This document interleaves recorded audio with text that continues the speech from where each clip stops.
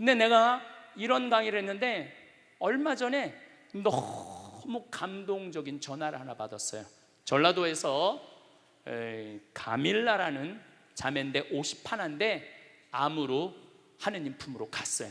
근데 그 남편이 전화를 한 거예요. 신부님, 우리 아내가 세상을 떠나면서 2가지를 유언을 했다는 거예요.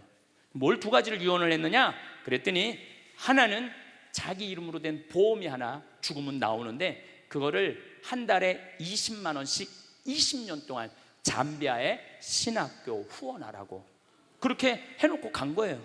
또 하나는 자기 남편하고 자녀들한테 꼭 황신부님하고 이스라엘 성주순례를 가라고, 그리고 세상을 떠났다는 거예요. 나는 아까도 죽음에 대한 얘기를 했지만은 여러분들, 죽을 때 멋있게 죽어야 돼.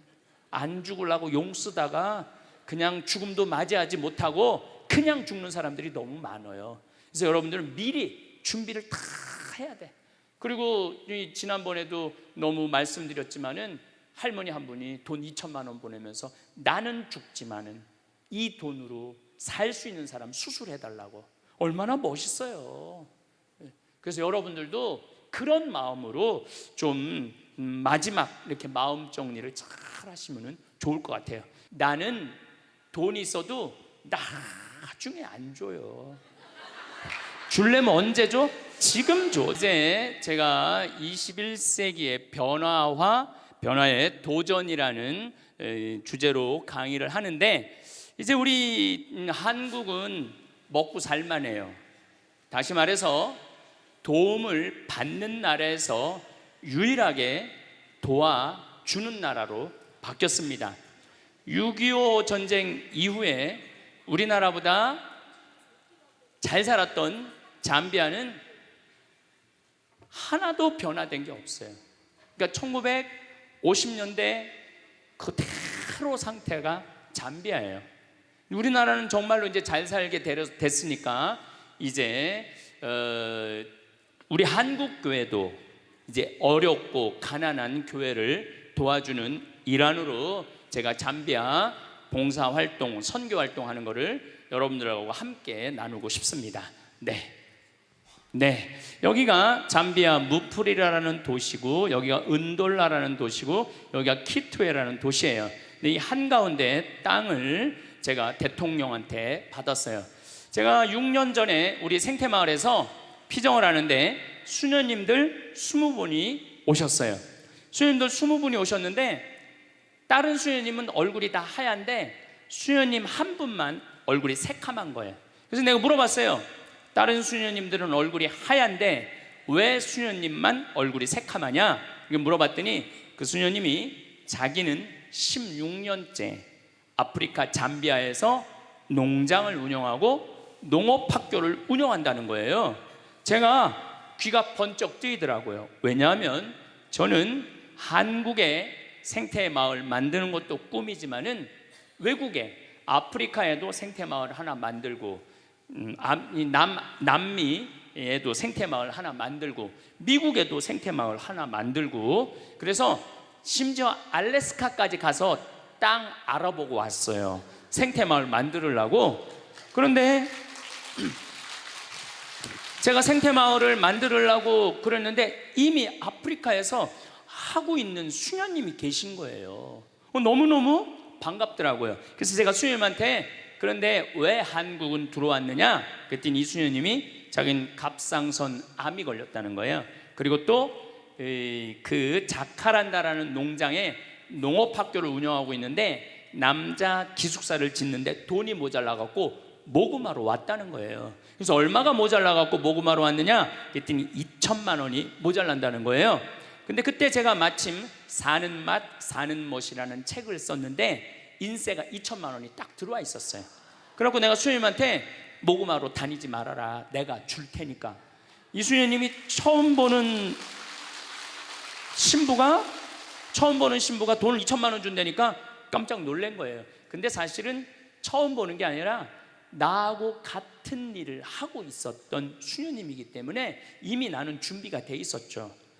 나는 돈이 있어도 나중에 안 줘요. 줄려면 언제 줘? 지금 줘, 지금.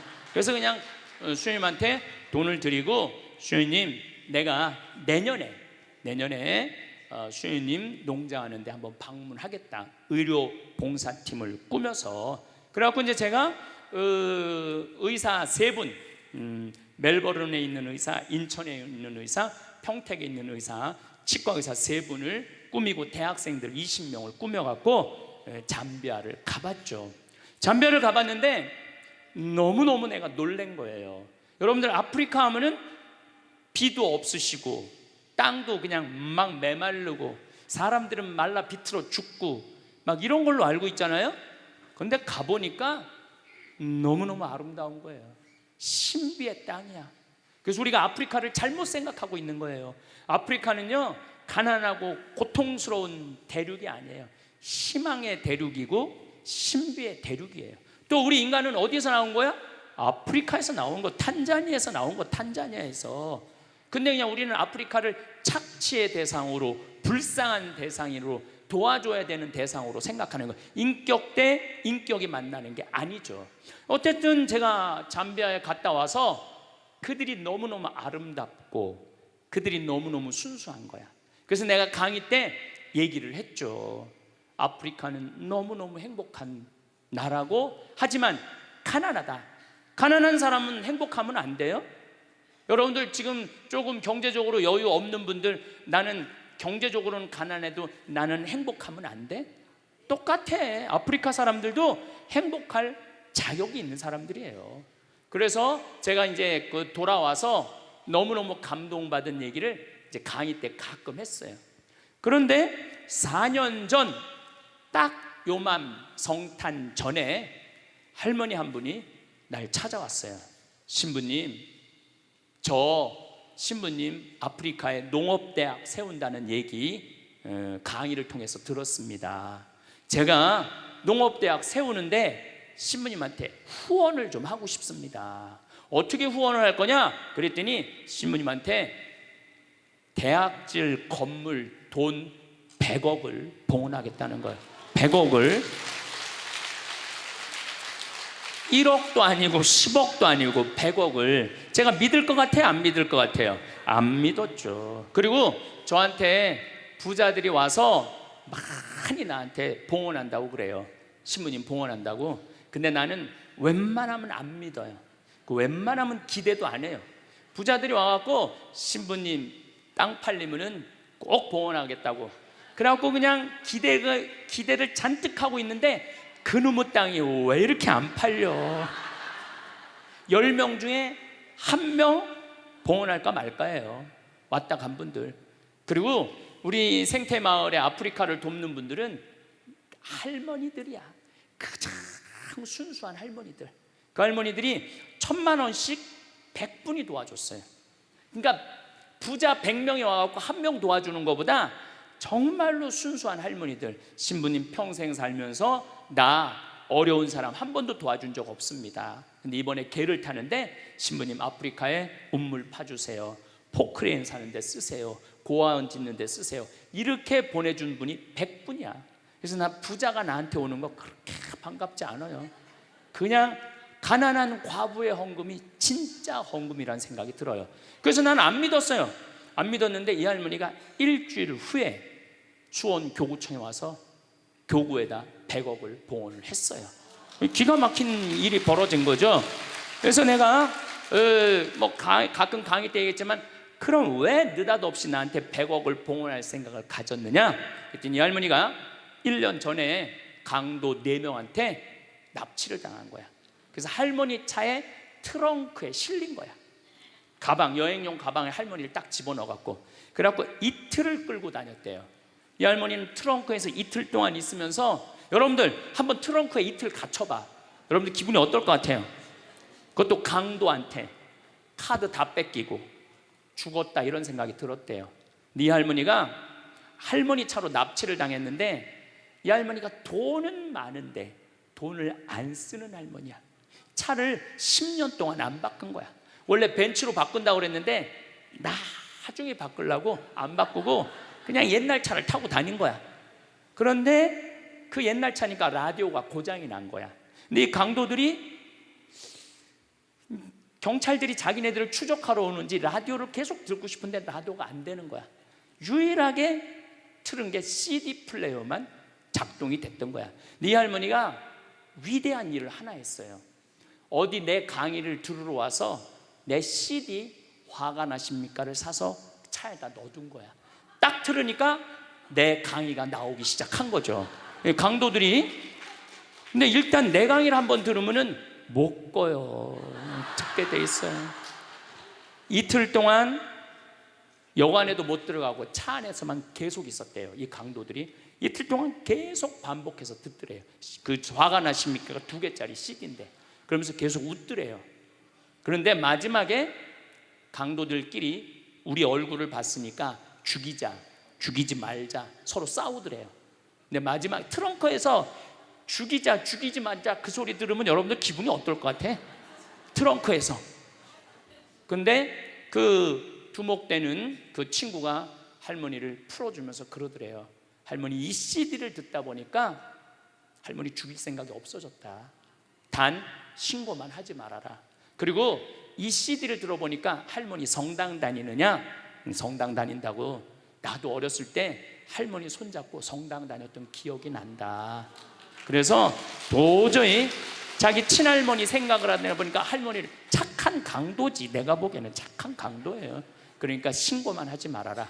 그러니까 이 할머니가 1년 동안 바깥 출입을 못했대요. 너무 무서워서. 너무너무 무서워서. 근데 이제 할아버지가 계속 할머니한테 그런 거야. 당신은 신부님 때문에 산 거라고. 그 많은 재산 써보지도 못하고 당신 죽을 뻔했는데 신부님 때문에 산 거라고. 할머니가 1년 동안 생각을 해보고 아 내가 저 신부님 때문에 살았으니까 저 신부님 하고 싶은 일을 도와줘야 되겠다. 그래갖고 100억을 갖고 온 거예요. 80살 먹은 할머니가 할머니가 나는 사실은 농업대학을 나중에 하려고 그랬어요. 근데 갑자기 돈이 100억이 생겼으니까 어떻게 해? 그래서 2월달 그 다음에 2월달에 80살 된 할머니 손을 잡고 잠비아를 갔어요. 잠비아를 가갖고 이 무프리라라는 시에 속해 있어요. 우리가 그래갖고 그 시장을 만나러 갔어요. 시장을 만나러 가서 내가 이 할머니가 돈을 10 밀리언, 우리는 100억도 크지만은 잠비아 사람들한테 10 밀리언은요 1억 달러가 넘는 돈이라고 생각이 들어요.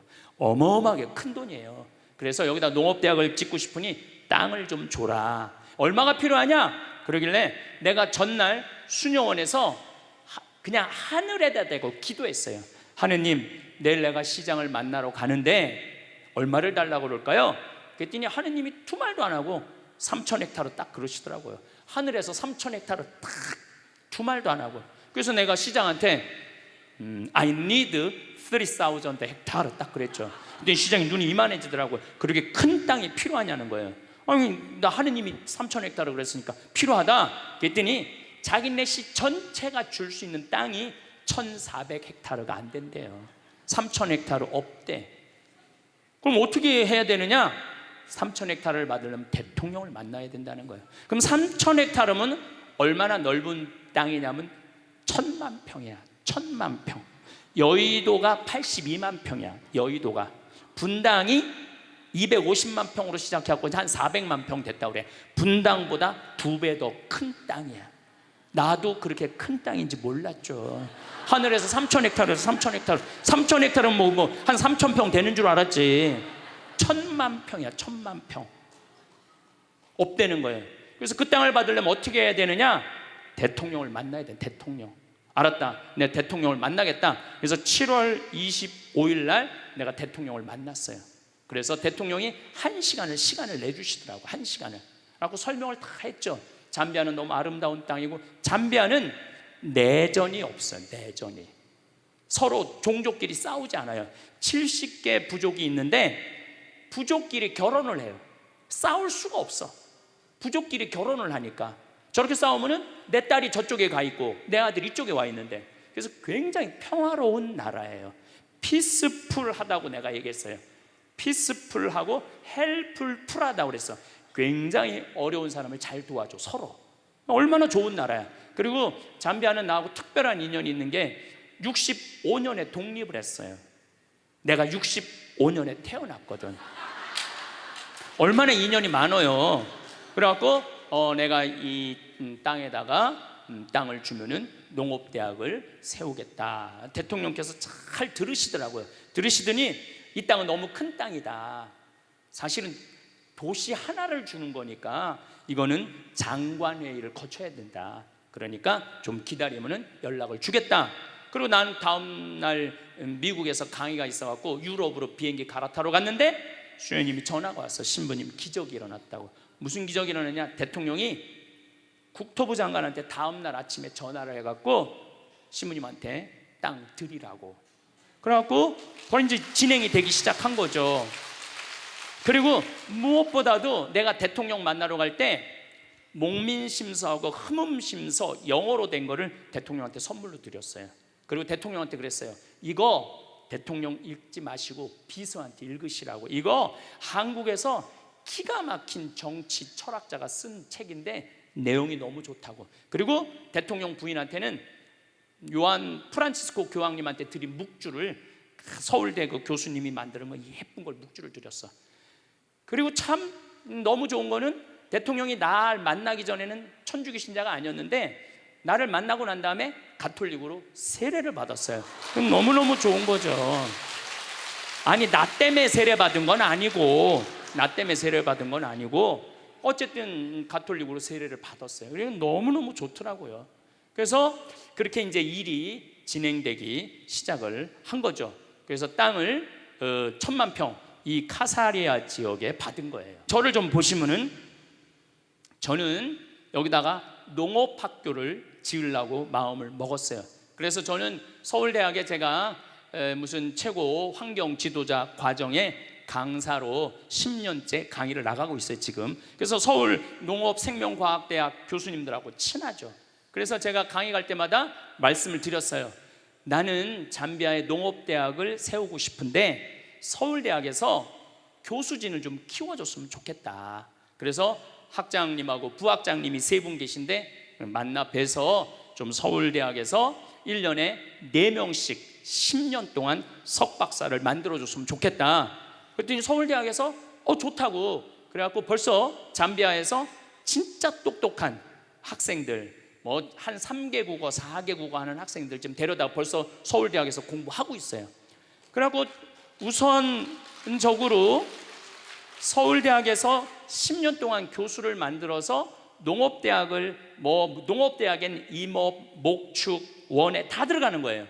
그걸 하려고 이제 마음을 먹었는데 은돌락 교구 주교님이 날 찾아왔어요. 잠비아는 우리나라보다 7배 큰 나라지만은 인구는 1,500만 명이에요. 그 중에 가톨릭 신자가 500만 명이에요. 근데 주교님이 날 찾아와갖고 우리나라 한국교회가 가톨릭 신자가 몇 명이에요? 500만 명이잖아요. 근데 신학교가 몇 개 있어요? 6개 있잖아요. 근데 거긴 신학교가 하나도 없다는 거예요. 제대로 된 기숙사 하나가 없다는 거예요. 그래서 일반 대학에서 1, 2학년 철학과하고 3, 4학년은 무슨 수도에서 하고 5, 6, 7학년만 기숙사에서 하는데 이게 신학교 교육은 그렇게 하면 안 되거든요. 그래서 주교님이 저를 찾아오셔서 알릭 반달 주교님이 저를 찾아오셔서 신부님 농업대학도 중요하지만 복음의 씨앗 이것 뿌리는 게 더 중요합니다. 신학교를 좀 줘달라고 저한테 부탁을 하더라고요. 근데 생각을 해보니까 내가 천주교 신부인데 농업대학보다 뭐가 더 중요해? 신학교가 더 중요하더라고요. 그럼 알겠다고 내가 신학교 줘주겠다고 신학교 짓는데 제 생각에는 한 40억 정도 들어갈 것 같아요. 근데 뭐 할머니 돈으로 다 질 수는 없어요. 왜냐하면 거긴 도시를 형성해야 되니까. 그래서 내가 미국 공동체 강의를 가서 내가 LA 쪽 교우들한테 이렇게 말했어요.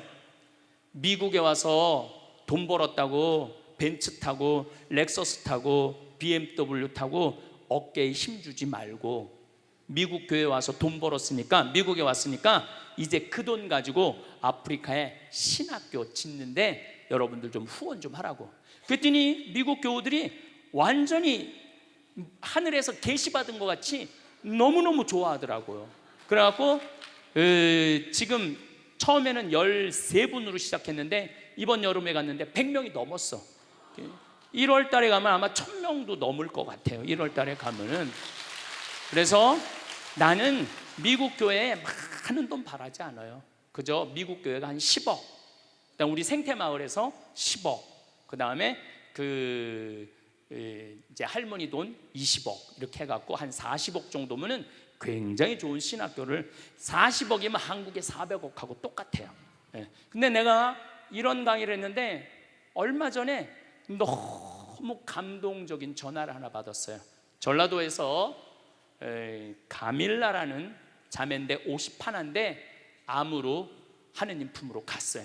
근데 그 남편이 전화를 한 거예요. 신부님, 우리 아내가 세상을 떠나면서 2가지를 유언을 했다는 거예요. 뭘 2가지를 유언을 했느냐? 그랬더니 하나는 자기 이름으로 된 보험이 하나 죽으면 나오는데 그거를 한 달에 20만 원씩 20년 동안 잠비아의 신학교 후원하라고 그렇게 해놓고 간 거예요. 또 하나는 자기 남편하고 자녀들한테 꼭 황신부님하고 이스라엘 성주순례를 가라고, 그리고 세상을 떠났다는 거예요. 나는 아까도 죽음에 대한 얘기를 했지만은 여러분들, 죽을 때 멋있게 죽어야 돼. 안 죽으려고 용 쓰다가 그냥 죽음도 맞이하지 못하고 그냥 죽는 사람들이 너무 많아요. 그래서 여러분들은 미리 준비를 다 해야 돼. 그리고 지난번에도 너무 말씀드렸지만은 할머니 한 분이 돈 2천만 원 보내면서 나는 죽지만은 이 돈으로 살 수 있는 사람 수술해달라고. 얼마나 멋있어요. 그래서 여러분들도 그런 마음으로 좀 마지막 이렇게 마음 정리를 잘 하시면 좋을 것 같아요. 그래서 이제 신학교 짓는 게 우선이잖아요. 그래서 여기 이제 신학교 짓고 또 수녀원, 이 프란치스코 정교 봉사의 수녀님들이 잠비아 수녀님이 벌써 30명이나 있어요. 앞으로는 우리나라가 지금 400명, 500명 수도에 있듯이 여기 수도에도 그럴 것 같아요. 그래서 여기 수녀원 지금 공사 이것도 시작했고, 그리고 이제는 피정집을 여기다 져요. 한 200명 머무를 수 있는 피정집. 이제 저는 피정은 앞으로 한국에서 안 하려고요. 피정은 어디서 하려고 마음 먹느냐면 잠비아에서 하려고 마음 먹고 있어요. 보통 피정 기간 한 달 피정. 여러분들 한 달 피정 괜찮지 않아요? 네. 한 달 피정 비행기 값 한 150만 원에서 한 180만 원, 그리고 뭐 한 달 머무르는데 한 200만 원, 그리고 귀양 아프리카에 왔으니까 이 빅토리아 폭포 거기 들러가고 마지막에 잠베지 강에서 석양 바라보면서 탁 저녁 먹고 그러면요 기가 막혀. 그런데 보통 여러분들 유럽 성지순례 가면은 400, 500 들어가요. 그렇죠? 그런 마음으로 한 달. 그리고 5월, 6월, 7월, 8월, 9월은 잠비아가 건기야. 우리는 너무너무 더운 여름이지만은 건기에는 최저 기온 5도, 최고 기온 27도. 기가 막혀요. 그리고 그늘에만 들어가면은 얼마나 시원한지 몰라. 그래서 낮에는 좀 벽돌 공장에 가서 벽돌도 좀 찍고, 기와 공장에 가서 기와도 좀 찍고, 일도 좀 하고, 오후에는 내강의 하나 듣고, 밤에는 떼제 찬양기도 하고, 그리고 해주는 밥 한 달 동안 먹으면서 인생 한번 정리하는 것도 내가 보기에는 좋을 것 같아요. 그래서 앞으로는 이제 이거는 내년 여름에 가고 땅 측량하고 난 다음에 건물은 바로 질 거예요. 바로 져서 겨울에 우리 교우들, 이제 거기 겨울이죠. 피정들 많이 오세요. 그 뭐 돈 모아갖고 한 번쯤, 아니 앞으로 100년을 사는데 출창 한국에서만 뭐하러 100년을 사? 그러면 뭐하러 살아? 100년 한국에서만 출창 살 거면은 좀 잠비아도 좀 가보고 알래스카도 좀 가보고, 이제 연금 나오면 연금 다 모아갖고 그렇게 하세요. 얼마 전에 하와이에서 할머니들이 평창에 피정을 왔어요. 아니 평창에서 하와이 놀러 가는 건 이해가 돼도 하와이에서 평창으로 오는 건 이해가 안 되잖아요. 25분의 할머니들이 오셨어요. 근데 여러분들 그 할머니들이 왜 오시느냐면 하와이는 노인 기초연금이 다른 데보다 많아요. 90만 원에서 100만 원 정도 되고 노인 아파트에 하는 거 30만 원까지 나와요. 근데 문제는 미국은 할머니 통장에 3만 달러가 넘었으면은, 안 쓰고 있다가 3만 달러가 넘었으면은 이 할머니가 돈이 필요 없나 보다, 그래갖고 다음에 연금을 깎아요. 그러니까 여기 있는 할머니들은 어떻게 해야 되냐면 돈을 써야 돼. 그러니까 하와이에서 평창을 오는 거예요. 돈을 써야 되니까. 그러니까 여러분들도 이제 앞으로 우리나라 선진국 되고 2040년 되면 우리나라가 세계에서 S&P 스탠다드 앤 푸어스라고 그 평가회사가 있는데, 우리나라가 2040년에는 세계에서 4번째로 경제적으로 부유한 나라가 된다는 거예요. 올해도 수출이 세계 몇이야? 6위야. 6위. 우리 맨날 텔레비에서 어두운 것만 보는데 우리나라 잘 나가는 나라예요. 그리고 이 반도체 수출이요, 기가 막히게 아주 운이 튼 나라 중에 하나예요. 운이 튼 나라 중에 하나. 그렇게 불행하게 생각 안 해도 맨날 방송에는 뭐 다 굶어 죽는 것 같은데 여러분도 굶어 죽어요? 좀 긍정적으로 생각을 하시면 좋을 거야. 대통령만 잘 나오면 돼. 대통령만 어려운 할머니들 도와주는 대통령들, 중고등학교 대학교 애들 장학금 주는 대통령, 그리고 이거는 세계적인 추세예요. 세계적인 추세. 어쨌거나 여기다 이제 신학교 짓고 수녀원 짓고 이건 작업을 시작을 했어요. 이게 우리 랜드마크인데 그 도시 한가운데 중앙 도로야. 근데 도로 넓이가 몇 메타냐면 100m 33개 차선. 광화문 광장이 80m야. 내가 가서 재봤어요. 광화문 광장이 80m인데 우리 이코 시티 카사리아는 100m야. 근데 여기 3개 차선을 도로로 만드는 게 아니야. 이 33개 차선에 전부 아프리카에 있는 모든 나무는 다 갖다 심을 거예요. 그래서 여기 1.5km만 산책을 하면은 아프리카를 완전히 느낄 수 있도록. 그리고 아프리카는 나무가 우리가 생각하는 것 이상으로 어마어마하게 커요. 기가 막히고 아름다운 나무들이 너무너무 많아요. 그래서 여러분들 이제 피정 가면은 전부 다 분갈이하고 저 포토에다가 나무 씌놓고 이 일 끝도 없어. 그러니까 한 달 동안 피정 가도 아마 한 달 갖고 모자랄 거예요. 네, 재작년인가 한 후원자가 나타났어요. 신부님, 내가 우리나라 경찰복 이렇게 국가에 납품하는 사람입니다. 근데 작년에 경찰복이 다 바뀌었잖아요. 바뀌었는데 자기네들이 납품하려고 해놓은 경찰복 4,000벌이 그냥 있는 거야. 그래갖고 그 베이지색 경찰복이 참 예쁘잖아요. 그래갖고 하복, 돈복, 잠바까지 싹 어디 처리할 수가 없는 거야. 그래서 우리한테 기증을 했어요. 그 잠비아에 벌써 보내놨어. 그래갖고 잠비아에 있는 직원들은 이제 우리 잠비아 사람들은 전부 다 그거 입혀갖고 여기 싹 이제 내가 데리고 다닐 거예요. 여기 명찰도 다 해주고. 그리고 여기는 이제 옷도 멋있게, 이 도시 안에 사는 사람들은 옷도 멋있게. 그래서 우리 이 카사리아 이코시티에 들어와 있는 직원들도 옷도 정복으로 다 입혀놓고 여자 직원들도 기가 막히게 해서, 야, 아프리카는 더럽고 지저분하고 헐벗은 데가 아니라 너무 매력적이고 너무 신비하고 너무 깨끗한 대륙이고 행복의 대륙이라는 걸 저는 꼭 보여주고 싶어요. 어떻게 저런 설계가 나왔느냐, 한 2년 전인가 3년 전에 안동교구 신부님이 전화가 왔어요. 우리 조카가 서울시립대학 도시공학과 건축학과 교수인데 황 신부님을 꼭 만나고 싶다고. 그래서 교수님을 만났는데 김정빈 비아라는 교수인데, 이 교수님이 무슨 책임자냐면 노들섬 개발 총책임자야. 노들섬 서울 아시죠? 이제 서울시에서 이제 개발을 이제 시작할 거예요. 그 대단한 기업에서 10개 회사가 프로젝트에 참가를 했는데 이 교수하고 그 대학원생들이 낸 프로젝트가 선택이 된 거야. 근데 이거를 좀 하고 싶은데 이게 막 용기도 없고 자신감이 없는데, 내가 환경에 관련된 신부니까 저 신부님한테 가서 좀 자문을 구하면은 내가 용기를 얻겠다. 그리고 날 찾아온 거예요. 그래서 쭉 노들섬에 가보니까, 여러분들 노들섬이 앞으로 개발되면은요 서울의 꽃이야. 서울의 몽마르트가 될 거야. 거기가 서울에 기가 막히더라고. 거기 섬에 딱 들어가 보면은 63 빌딩부터 서울의 모든, 심지어서 저 롯데 타워까지 한눈에 다 보여. 정말 좋더라고요.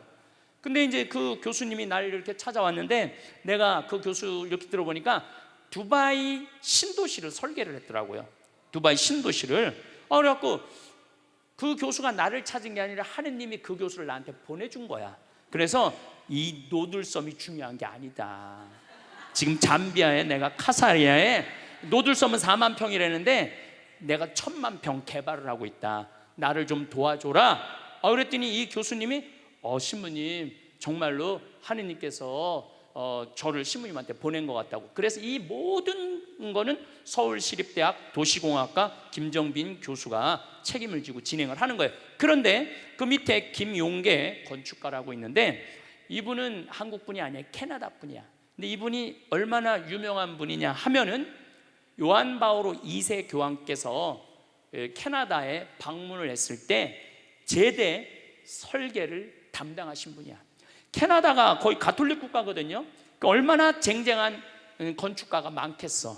근데 이 김용계 건축가 이 선생님이 한 게 선정이 된 거야. 이 세계적인 건축가죠. 그래서 잠비아는 그냥 하는 게 아니라 정말로 세계적인 건축가들이 프로젝트를 참여하고 있는 거예요. 그래서 얼마나 내가 신바람이 나는지 몰라요. 이게 이제 우리가 받은 땅이야. 이 땅에 이번 여름에 이제 측량을, 이제 건물을 지려면 측량을 해야 되잖아요. 측량을 이제 하려고 이제 생각을 했는데 우리 비아 교수가 1,000만 평을 어떻게 측량해요? 그래서 잠비아 연락했대. 측량 기계 있냐고. 그러니까 자기네들은 그런 거 없대. 그 뭐가 있냐 그러니까 200m짜리 줄자 하나 있다는 거. 200m짜리 줄자. 우리 카사리아에 있는 땅 크기가 얼마냐면은 한쪽 면 길이가 10km야. 10km인데 줄자로 어떻게 해? 그래갖고 이제 이 교수님이 이제 이번 여름에 나하고 같이 가서 측량을 해야 되는데 어느 건축가 교수들 모임에 가갖고 신부님 모시고 잠비아에 측량을 하러 가야 되는데 땅이 1,000만 평인데 어떻게 하면 좋은지 모르겠다고 그랬더니 술이 잔뜩 취한 교수가 그러더래요. 드론으로 하라고. 드론으로. 요즘 드론 좋은데. 그 생각을 해보니까 드론이 되겠더라고. 그래갖고 가서 조사를 해보니까 지금은 인공위성 GPS를 이용해갖고 위도 경도만 찍고 저 설계도 나온 거 있잖아요. 그것만 딱 찍어놓으면 정확하게 가서 쓰는 거야. 그래서 이 드론이 하늘에서 지금 우리 땅을 찍는 거예요. 그리고 여기 동네에 카사리아라는 이게 숲이에요. 이 동네는 학교가 없어요. 얘네들이 이 동네 애들인데 우리를 보고 화이트라고 그래요. 화이트. 그냥 어느 날 그냥 화이트들이 와갖고 막 비행기가 막 날아다니고 그래갖고 얼마나 얘네들 심심해. 하루 종일 따라다니는 거 우리를. 이게 건기인데 제가 8월 달에 갔으면 건기야. 4월, 5월, 6월, 7월, 8월, 9월, 10월까지 비 한 방울이 안 와요. 비 한 방울이. 그런데도 이 강이 한 10m 정도 넓이가 되는데 한 1.5m 되도록 물이 얼마나 유량이 많은지 몰라요.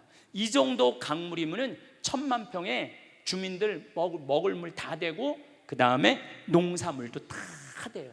그러니까 우리가 아프리카 하면은 메마르고 뭐 거칠고 물 없다고 그러는데 그 우리가 잘못 알고 있는 거예요.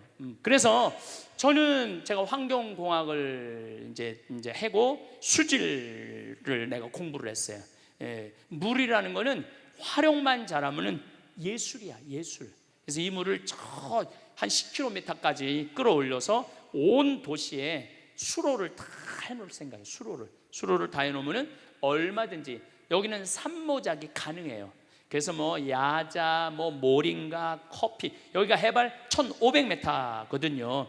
뭐 커피 뭐 할 거 없이 기가 막히게 농사를 지을 수가 있어요. 그래서 여기 계신 분들 혹시 재수 없이 100살까지 사는 분들은 한국에서 살지 말고 잠비아에 가갖고 유럽이나 미국 사람들은 은퇴하고 2년 내지 3년 동안 잠비아나 아프리카에서 봉사 활동하고 돌아가는 분들이 많아요. 내가 적어도 그 정도는 내가 이 사회, 이 세상에 하느님 나라를 위해서 시간을 내놓겠다고. 여기 계신 분들 아마 능력 있는 분들도 많을 거예요. 또 이 방송을 보는 분들도 능력 있는 분들이 많을 거예요. 그냥 한국에서 맨날 텔레비 보고 욕이나 하지 말고 이 기가 막힌 데 가갖고 멋지게 한번 살아보라는 거예요. 잠비아에 갖고 안타까운 게 뭐냐면은 이 기가 막힌 숲이 있는데 전부 그거를 잘라갖고 숯을 만드는 거, 숯. 그 숯으로 요리도 하고 추우니까 불도 떼는 거야. 너무너무 안타깝잖아요. 이 아프리카 잠비아의 이 나무만 잘 보존해도 관광 상품으로 해도 먹고 살만한데 이걸 다 불로 태우는 거야. 숯으로 만들어서. 우리나라 1960년대 석탄, 연탄 없었을 때 어떻게 했어요? 다 산에 가서 나무. 그래서 산이 뭐가 됐어? 민둥 벌거숭이 산이 됐잖아요. 그래서 요즘 욕들을 많이 하는데 박정희 대통령의 최고의 업적 중에 하나는 산림 녹화예요. 산림 녹화. 그래서 현신규 박사라고 서울대, 내가 이분을 너무너무 좋아해요. 탄생 140주년이에요. 벌써 돌아가셨죠. 우리 나라가 건강하려면, 나라가 부유하려면 뭐가 있어야 된다? 나무가 있어야 된다. 근데 이분들은 이 나무를 이렇게 잘라갖고 숲을 다 없애는 거야. 그래서 제가 잠비아에 가갖고 할 첫 사업은 숲을 보존하는 거야. 나무 태우지 않는 거. 그래서 지금 필렛이라고 조그만 나무들은 얼마든지 화력으로 만들 수 있거든요. 그래서 그 기계도 사서 내가 갖고 가갖고 잠비아에 전부 다 해갖고 나무 못 자르게 하려고 지금 생각을 하고 있어요. 할 일이 무궁무진해. 이게 이제 마지막 이 시간 이후에 또 말씀드리겠지만은, 이게 우리 하이데 수녀님이라고 독일 수녀님인데 19살에 한국에 왔어. 그래갖고 가톨릭 의대 대학교 의사셔. 그래갖고 수녀원을 창설해서 프란치스코 정교 봉사회 수녀원을 창설해갖고 이 수녀님들이 내가 마음에 드는 건 무조건 외국으로 나간 거야. 그래갖고 지금 인도, 필리핀, 그 다음에 잠비아, 그 다음에 브라질에 나가 있어요. 그래서 선교를 하는 거야. 대단한 수녀님이에요. 지금 몸에 암이 있는데도 지금 잠비아에 가서 아예 이제 한국을 떠나갖고 의사신데 잠비아에서 나하고 일을 하는 거예요. 그 다음에 이 김정빈 교수, 이분이 알릭 반달 주교님이에요. 이 주교님이 그 시장한테 뭐라고 그러냐면, 신학교는, 내가 신학교 이 프로젝트는 This is my life 그러더라고요. 내 인생이라고.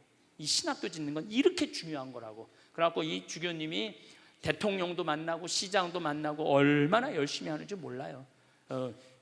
독일에서 공부하고 온 주교님인데, 이분은 이제 시의원이에요. 땀부라는 시의원이 나와서 잘 도와주고 있는데 아주 효심이 깊어요. 같이 일을 하는데, 신부님, 우리 아버지 어머니가 있는데 꼭 아버지 어머니 가서 축복 한번 해달라고. 그래갖고 그 바쁜데도 또 그 집에 가갖고 아버지 어머니가 잘 못 듣고 백내장이 있어. 아프리카 사람들은 직사광선이 많았고 눈을 잘 못 뜨시더라고. 참 효심이 깊더라고요. 오늘도 황창현 신부님의 행복특강 잘 들으셨나요? 이어서 나이 들수록 들으면 도움이 되는 지혜의 말씀을 들려드리겠습니다. 첫째, 외로움을 두려워하지 마세요. 나이가 들면 가장 걱정되는 것이 무엇인지 사람들에게 물으면, 남자들은 외로움이, 여성들은 경제력이 가장 걱정된다고 합니다. 먹고 사는 걱정과 외로움에 대한 걱정은 어쩌면 당연한 것이겠지요. 그러나 남녀를 떠나서 대부분의 사람들은 혼자가 되는 것을 두려워합니다. 그래서 그 두려움에서 벗어나기 위해 가까워지지 말아야 할 사람과 가까워지기도 하고, 주변 사람들에게 의존하고 집착하기도 합니다. 그러다 보면 잠깐의 외로운 감정을 피할 수는 있겠지만 오히려 더 괴로운 인간관계를 만들어내기도 합니다. 이것은 자신과 타인에게 모두 고통을 주는 것입니다. 외로움은 피하려 할수록 더 고독해지고 타인에게 휘둘리게 되며 자신을 더 나약하게 만듭니다.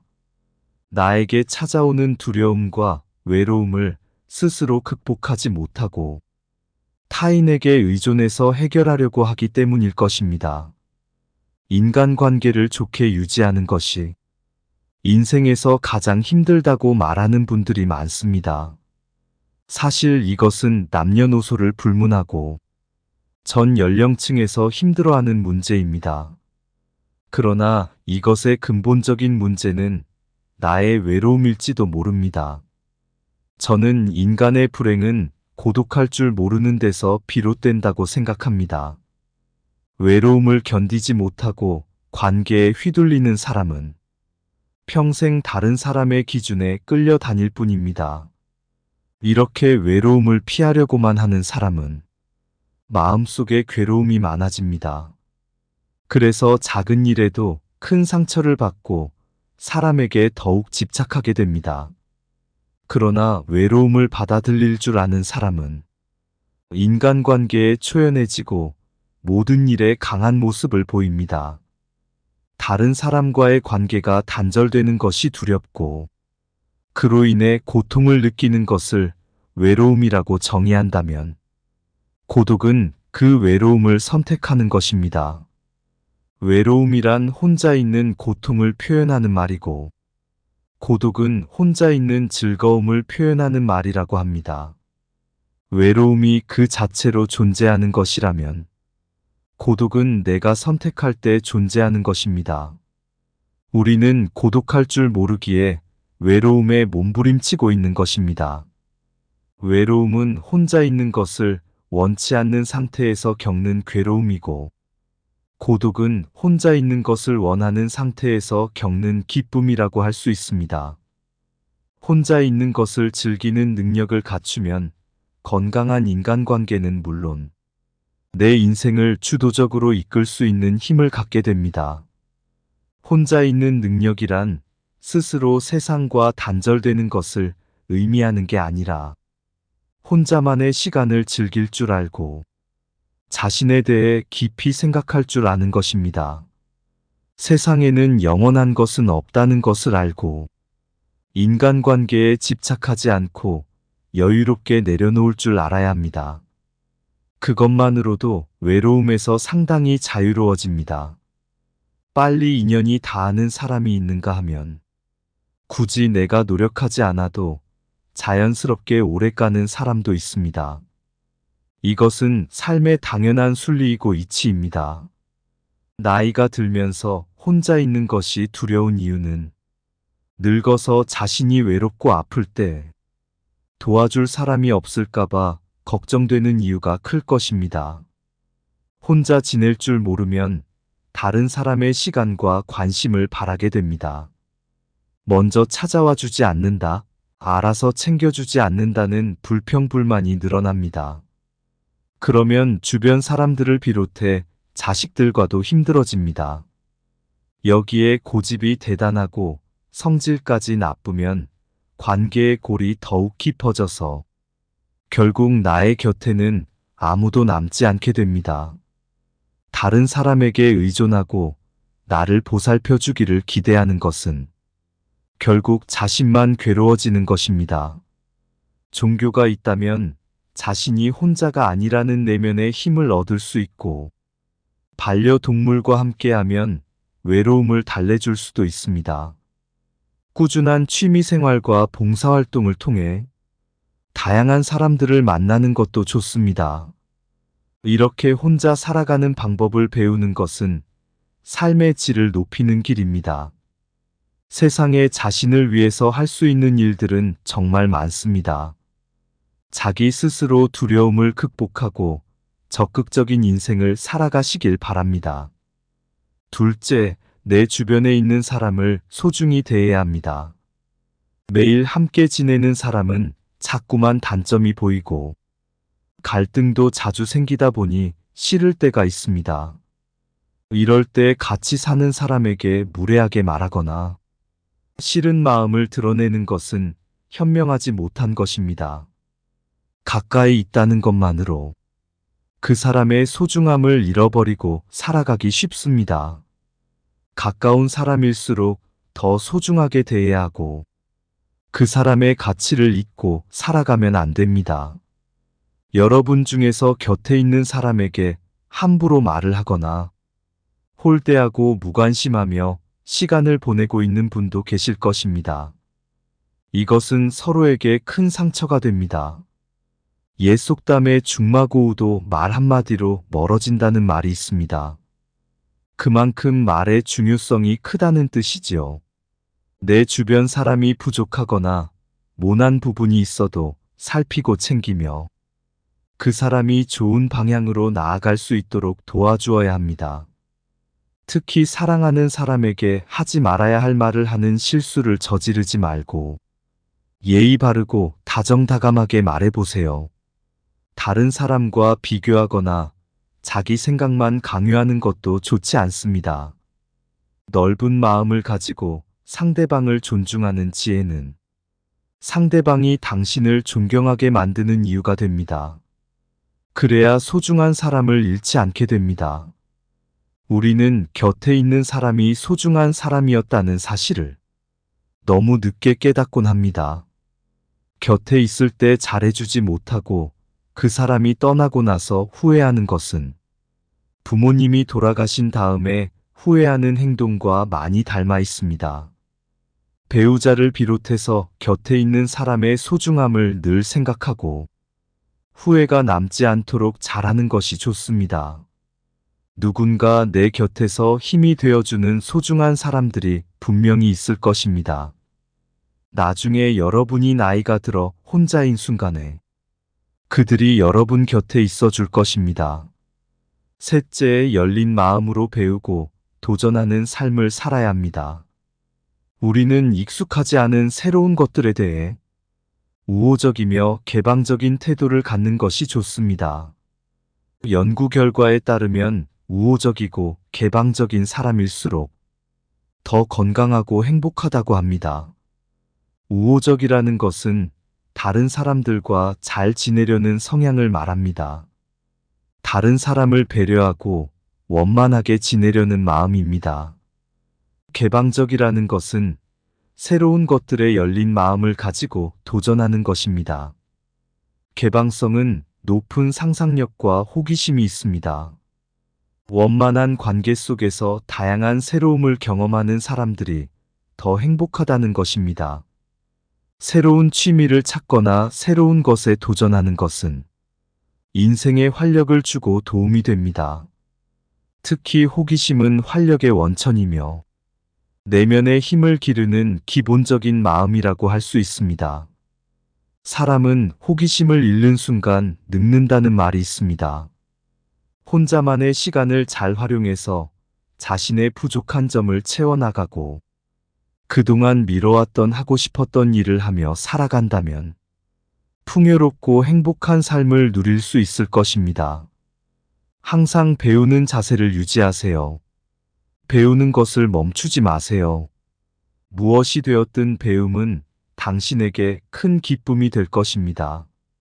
작은 목표를 달성하고 성취감을 맛보면서 삶의 에너지를 얻으세요. 새로운 것에 도전하는 것은 용기가 필요한 일이지만 자신의 한계를 넓혀가는 과정에서 커다란 성취감과 무엇과도 바꿀 수 없는 자신감을 얻을 수 있습니다. 넷째, 혼자가 될 줄 아는 사람이 좋은 인간관계를 만들 수 있습니다. 여러분이 삶을 살아가면서 가장 중요하다고 생각하는 것은 무엇인가요? 많은 사람이 인간관계가 행복한 삶의 원천이라고 생각합니다. 실제로 전 세계적으로 인간관계가 행복에 큰 영향을 미친다는 수많은 연구 결과가 나와 있습니다. 하지만 나이가 들어가면서 인간관계에 매달릴 필요는 없다고 생각합니다. 인간관계가 언제나 우리에게 긍정적인 효과를 주는 것은 아니기 때문입니다.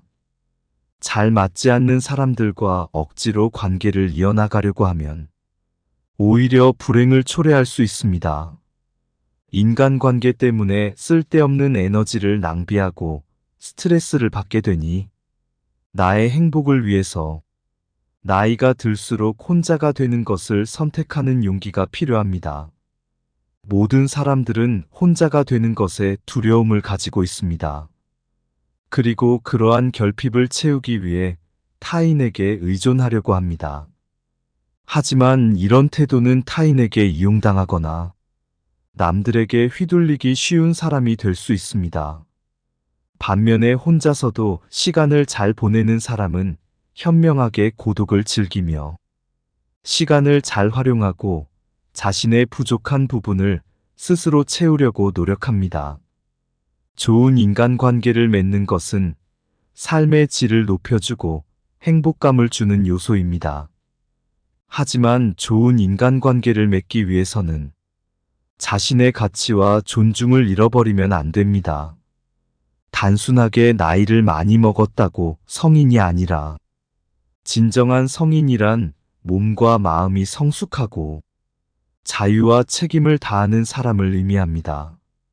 성인으로서 자신의 두려움을 극복하고 자신의 삶을 스스로 키워나가면 행복한 삶을 누릴 수 있을 것입니다. 다섯째, 혼자가 될 줄 알아야 다른 사람을 이해할 수 있습니다. 스스로를 받아들일 수 있을 때 비로소 다른 사람을 수용할 수 있다고 합니다. 자기 자신을 이해하고 알아가는 시간을 꼭 가지세요. 누군가 당신에게 솔직하게 속마음을 얘기한다는 것은 그 사람이 당신을 그만큼 신뢰하고 있다는 증거입니다.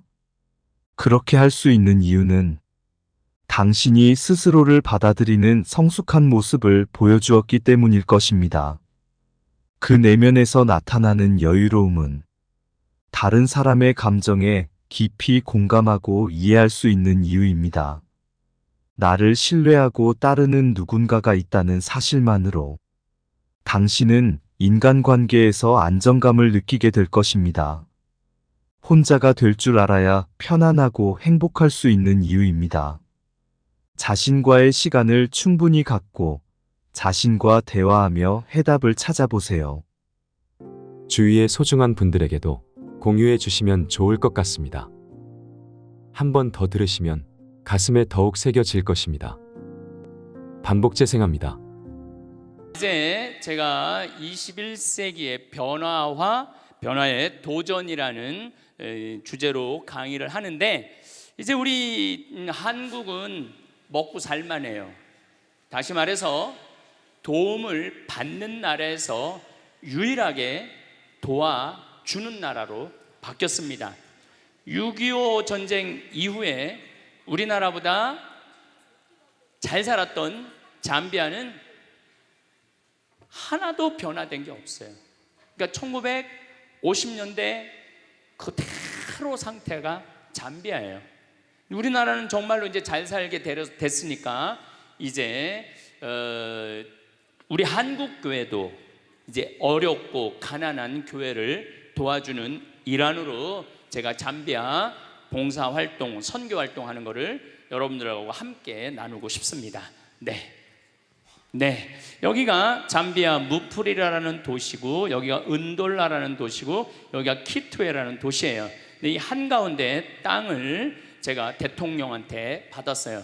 제가 6년 전에 우리 생태마을에서 피정을 하는데 수녀님들 20분이 오셨어요. 수녀님들 20분이 오셨는데 다른 수녀님은 얼굴이 다 하얀데 수녀님 한 분만 얼굴이 새카만 거예요. 그래서 내가 물어봤어요. 다른 수녀님들은 얼굴이 하얀데 왜 수녀님만 얼굴이 새카마냐? 물어봤더니 그 수녀님이 자기는 16년째 아프리카 잠비아에서 농장을 운영하고 농업학교를 운영한다는 거예요. 제가 귀가 번쩍 뜨이더라고요. 왜냐하면 저는 한국의 생태마을 만드는 것도 꿈이지만은 외국에 아프리카에도 생태마을 하나 만들고 남미에도 생태마을 하나 만들고 미국에도 생태마을 하나 만들고, 그래서 심지어 알래스카까지 가서 땅 알아보고 왔어요. 생태마을 만들려고. 그런데 제가 생태마을을 만들려고 그랬는데 이미 아프리카에서 하고 있는 수녀님이 계신 거예요. 너무너무 반갑더라고요. 그래서 제가 수녀님한테 그런데 왜 한국은 들어왔느냐? 그랬더니 이 수녀님이 자기는 갑상선 암이 걸렸다는 거예요. 그리고 또 그 자카란다라는 농장에 농업학교를 운영하고 있는데 남자 기숙사를 짓는데 돈이 모자라갖고 모구마로 왔다는 거예요. 그래서 얼마가 모자라갖고 모구마로 왔느냐? 그랬더니 2천만 원이 모자란다는 거예요. 근데 그때 제가 마침 사는 맛 사는 멋이라는 책을 썼는데 인세가 2천만 원이 딱 들어와 있었어요. 그래갖고 내가 수녀님한테 모구마로 다니지 말아라, 내가 줄 테니까. 이 수녀님이 처음 보는 신부가 처음 보는 신부가 돈을 2천만 원 준다니까 깜짝 놀란 거예요. 근데 사실은 처음 보는 게 아니라 나하고 같은 일을 하고 있었던 수녀님이기 때문에 이미 나는 준비가 돼 있었죠. 나는 돈이 있어도 나중에 안 줘요. 줄려면 언제 줘? 지금 줘, 지금. 그래서 그냥 수녀님한테 돈을 드리고, 수녀님, 내가 내년에 수녀님 농장하는데 한번 방문하겠다. 의료 봉사팀을 꾸며서. 그래갖고 이제 제가 의사 3분, 멜버른에 있는 의사, 인천에 있는 의사, 평택에 있는 의사, 치과 의사 3분을 꾸미고 대학생들 20명을 꾸며갖고 잠비아를 가봤죠. 잠비아를 가봤는데 너무너무 내가 놀란 거예요. 여러분들, 아프리카 하면은 비도 없으시고 땅도 그냥 막 메마르고 사람들은 말라 비틀어 죽고 막 이런 걸로 알고 있잖아요. 근데 가보니까 너무너무 아름다운 거예요. 신비의 땅이야. 그래서 우리가 아프리카를 잘못 생각하고 있는 거예요. 아프리카는요, 가난하고 고통스러운 대륙이 아니에요. 희망의 대륙이고 신비의 대륙이에요. 또 우리 인간은 어디서 나온 거야? 아프리카에서 나온 거, 탄자니아에서 나온 거, 탄자니아에서. 근데 그냥 우리는 아프리카를 착취의 대상으로, 불쌍한 대상으로, 도와줘야 되는 대상으로 생각하는 거예요. 인격 대 인격이 만나는 게 아니죠. 어쨌든 제가 잠비아에 갔다 와서 그들이 너무너무 아름답고 그들이 너무너무 순수한 거야. 그래서 내가 강의 때 얘기를 했죠. 아프리카는 너무너무 행복한 나라고, 하지만 가난하다. 가난한 사람은 행복하면 안 돼요? 여러분들 지금 조금 경제적으로 여유 없는 분들, 나는 경제적으로는 가난해도 나는 행복하면 안 돼? 똑같아. 아프리카 사람들도 행복할 자격이 있는 사람들이에요. 그래서 제가 이제 돌아와서 너무너무 감동받은 얘기를 이제 강의 때 가끔 했어요. 그런데 4년 전, 딱 요맘 성탄 전에 할머니 한 분이 날 찾아왔어요. 신부님, 저 신부님 아프리카에 농업대학 세운다는 얘기 강의를 통해서 들었습니다. 제가 농업대학 세우는데 신부님한테 후원을 좀 하고 싶습니다. 어떻게 후원을 할 거냐? 그랬더니 신부님한테 대학질 건물 돈 100억을 봉헌하겠다는 거예요. 100억을. 1억도 아니고 10억도 아니고 100억을. 제가 믿을 것 같아요? 안 믿을 것 같아요? 안 믿었죠. 그리고 저한테 부자들이 와서 많이 나한테 봉헌한다고 그래요. 신부님 봉헌한다고. 근데 나는 웬만하면 안 믿어요. 그 웬만하면 기대도 안 해요. 부자들이 와갖고 신부님 땅 팔리면은 꼭 봉헌하겠다고. 그래갖고 그냥 기대를 잔뜩 하고 있는데 그놈의 땅이 왜 이렇게 안 팔려? 10명 중에 1명 봉헌할까 말까예요. 왔다 간 분들. 그리고 우리 생태마을에 아프리카를 돕는 분들은 할머니들이야. 가장 순수한 할머니들. 그 할머니들이 1,000만 원씩 100분이 도와줬어요. 그러니까 부자 100명이 와갖고 1명 도와주는 것보다 정말로 순수한 할머니들. 신부님 평생 살면서 나 어려운 사람 한 번도 도와준 적 없습니다. 근데 이번에 개를 타는데 신부님 아프리카에 우물 파주세요. 포크레인 사는데 쓰세요. 고아원 짓는 데 쓰세요. 이렇게 보내준 분이 100분이야. 그래서 나 부자가 나한테 오는 거 그렇게 반갑지 않아요. 그냥 가난한 과부의 헌금이 진짜 헌금이라는 생각이 들어요. 그래서 나는 안 믿었어요. 안 믿었는데 이 할머니가 일주일 후에 수원 교구청에 와서 교구에다 100억을 봉헌을 했어요. 기가 막힌 일이 벌어진 거죠. 그래서 내가 가끔 강의 때 얘기했지만, 그럼 왜 느닷없이 나한테 100억을 봉헌할 생각을 가졌느냐? 그랬더니 이 할머니가 1년 전에 강도 4명한테 납치를 당한 거야. 그래서 할머니 차에 트렁크에 실린 거야. 가방, 여행용 가방에 할머니를 딱 집어넣어갖고, 그래갖고 이틀을 끌고 다녔대요. 이 할머니는 트렁크에서 이틀 동안 있으면서, 여러분들 한번 트렁크에 이틀 갇혀봐. 여러분들 기분이 어떨 것 같아요? 그것도 강도한테 카드 다 뺏기고 죽었다 이런 생각이 들었대요. 네 할머니가 할머니 차로 납치를 당했는데 이 할머니가 돈은 많은데 돈을 안 쓰는 할머니야. 차를 10년 동안 안 바꾼 거야. 원래 벤츠로 바꾼다고 그랬는데 나중에 바꾸려고 안 바꾸고 그냥 옛날 차를 타고 다닌 거야. 그런데 그 옛날 차니까 라디오가 고장이 난 거야. 근데 이 강도들이, 경찰들이 자기네들을 추적하러 오는지 라디오를 계속 듣고 싶은데 라디오가 안 되는 거야. 유일하게 틀은 게 CD 플레이어만 작동이 됐던 거야. 네 할머니가 위대한 일을 하나 했어요. 어디 내 강의를 들으러 와서 내 CD 화가 나십니까를 사서 차에다 넣어둔 거야. 딱 들으니까 내 강의가 나오기 시작한 거죠. 강도들이. 근데 일단 내 강의를 한번 들으면은 못 꺼요. 듣게 돼 있어요. 이틀 동안 여관에도 못 들어가고 차 안에서만 계속 있었대요. 이 강도들이 이틀 동안 계속 반복해서 듣더래요. 그 화가 나십니까 2개짜리 CD인데 그러면서 계속 웃더래요. 그런데 마지막에 강도들끼리 우리 얼굴을 봤으니까 죽이자, 죽이지 말자 서로 싸우더래요. 근데 마지막 트렁크에서 죽이자, 죽이지 말자 그 소리 들으면 여러분들 기분이 어떨 것 같아? 트렁크에서. 근데 그 두목되는 그 친구가 할머니를 풀어주면서 그러더래요. 할머니, 이 CD를 듣다 보니까 할머니 죽일 생각이 없어졌다. 단 신고만 하지 말아라. 그리고 이 CD를 들어보니까 할머니 성당 다니느냐? 성당 다닌다고. 나도 어렸을 때 할머니 손잡고 성당 다녔던 기억이 난다. 그래서 도저히 자기 친할머니 생각을 하다 보니까 할머니를, 착한 강도지, 내가 보기에는 착한 강도예요. 그러니까 신고만 하지 말아라. 그러니까 이 할머니가 1년 동안 바깥 출입을 못했대요. 너무 무서워서, 너무너무 무서워서. 근데 이제 할아버지가 계속 할머니한테 그런 거야. 당신은 신부님 때문에 산 거라고. 그 많은 재산 써보지도 못하고 당신 죽을 뻔했는데 신부님 때문에 산 거라고.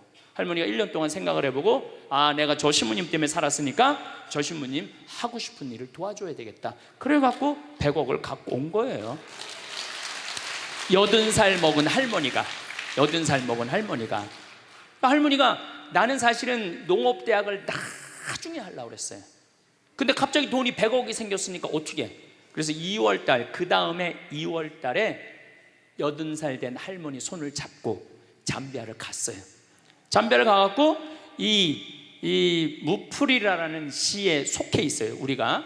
그래갖고 그 시장을 만나러 갔어요. 시장을 만나러 가서 내가 이 할머니가 돈을 10 밀리언, 우리는 100억도 크지만은 잠비아 사람들한테 10 밀리언은요 1억 달러가 넘는 돈이라고 생각이 들어요. 어마어마하게 큰 돈이에요. 그래서 여기다 농업대학을 짓고 싶으니 땅을 좀 줘라. 얼마가 필요하냐? 그러길래 내가 전날 수녀원에서 그냥 하늘에다 대고 기도했어요. 하느님, 내일 내가 시장을 만나러 가는데 얼마를 달라고 그럴까요?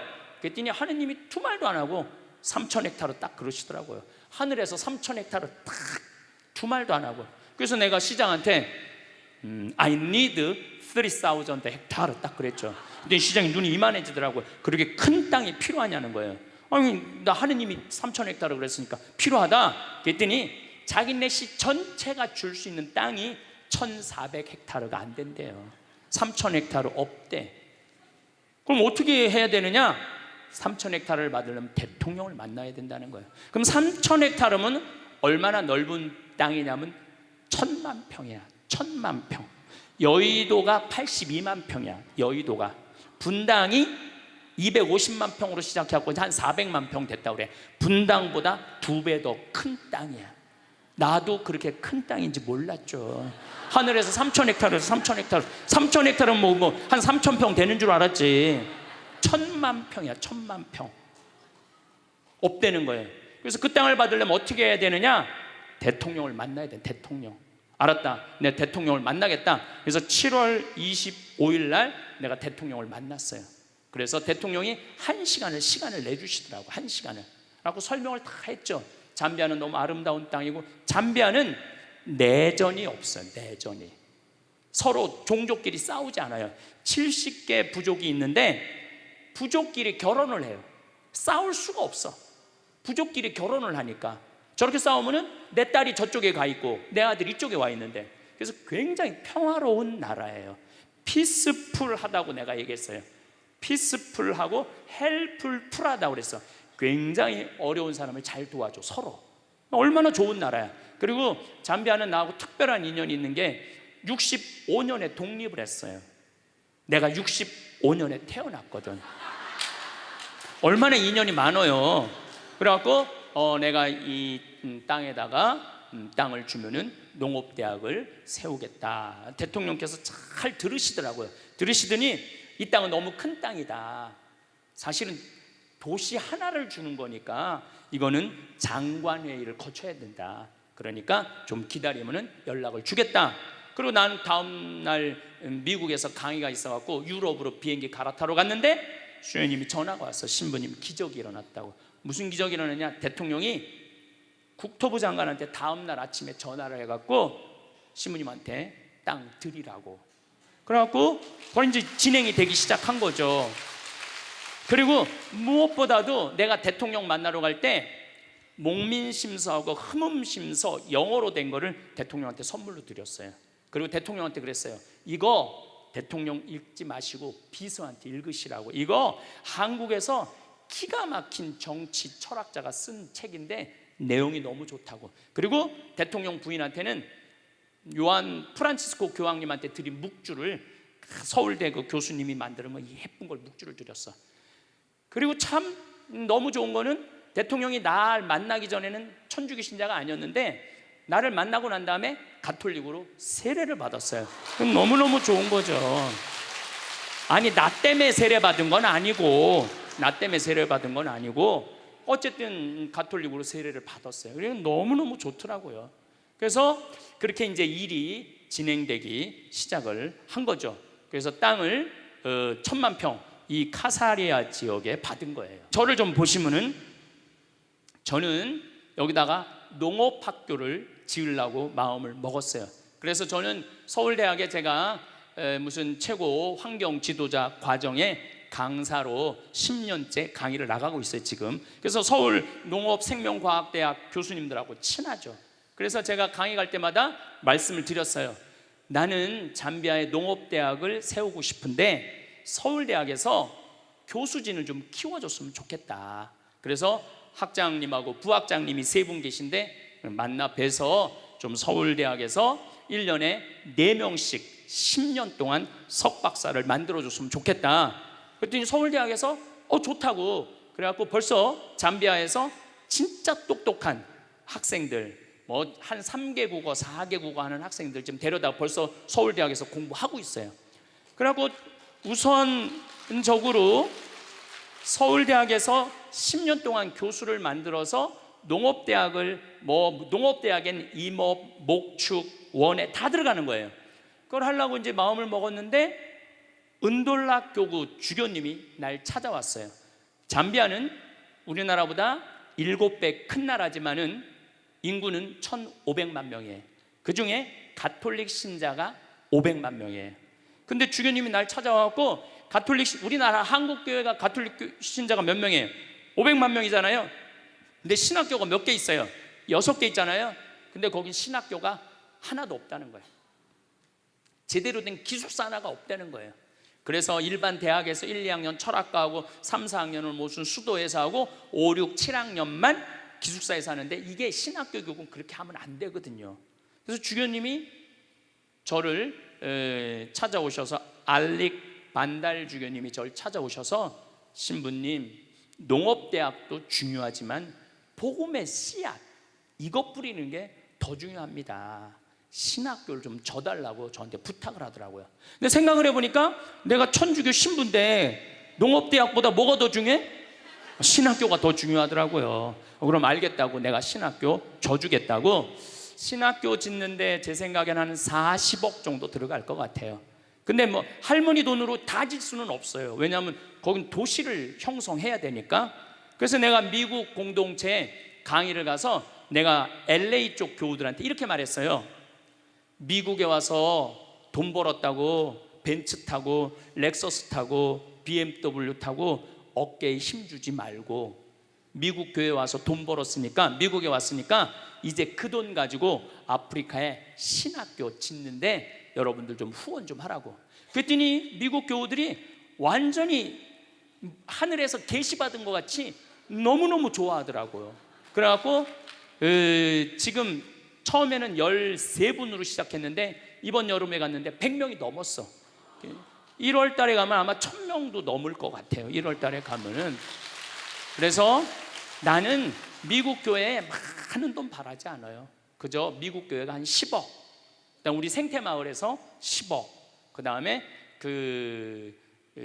이제 할머니 돈 20억 이렇게 해갖고 한 40억 정도면은 굉장히 좋은 신학교를, 40억이면 한국의 400억하고 똑같아요. 근데 내가 이런 강의를 했는데 얼마 전에 너무 감동적인 전화를 하나 받았어요. 전라도에서 가밀라라는 자매인데 51인데 암으로 하느님 품으로 갔어요. 근데 그 남편이 전화를 한 거예요. 신부님, 우리 아내가 세상을 떠나면서 2가지를 유언을 했다는 거예요. 뭘 2가지를 유언을 했느냐? 그랬더니 하나는 자기 이름으로 된 보험이 하나 죽으면 나오는데 그거를 한 달에 20만 원씩 20년 동안 잠비아에 신학교 후원하라고 그렇게 해놓고 간 거예요. 또 하나는 자기 남편하고 자녀들한테 꼭 황신부님하고 이스라엘 성주순례를 가라고, 그리고 세상을 떠났다는 거예요. 나는 아까도 죽음에 대한 얘기를 했지만은 여러분들, 죽을 때 멋있게 죽어야 돼. 안 죽으려고 용 쓰다가 그냥 죽음도 맞이하지 못하고 그냥 죽는 사람들이 너무 많아요. 그래서 여러분들은 미리 준비를 다 해야 돼. 그리고 지난번에도 너무 말씀드렸지만은 할머니 한 분이 돈 2천만 원 보내면서 나는 죽지만은 이 돈으로 살 수 있는 사람 수술해달라고. 얼마나 멋있어요. 그래서 여러분들도 그런 마음으로 좀 마지막 이렇게 마음 정리를 잘 하시면 좋을 것 같아요. 그래서 이제 신학교 짓는 게 우선이잖아요. 그래서 여기 이제 신학교 짓고 또 수녀원, 이 프란치스코 정교 봉사의 수녀님들이 잠비아 수녀님이 벌써 30명이나 있어요.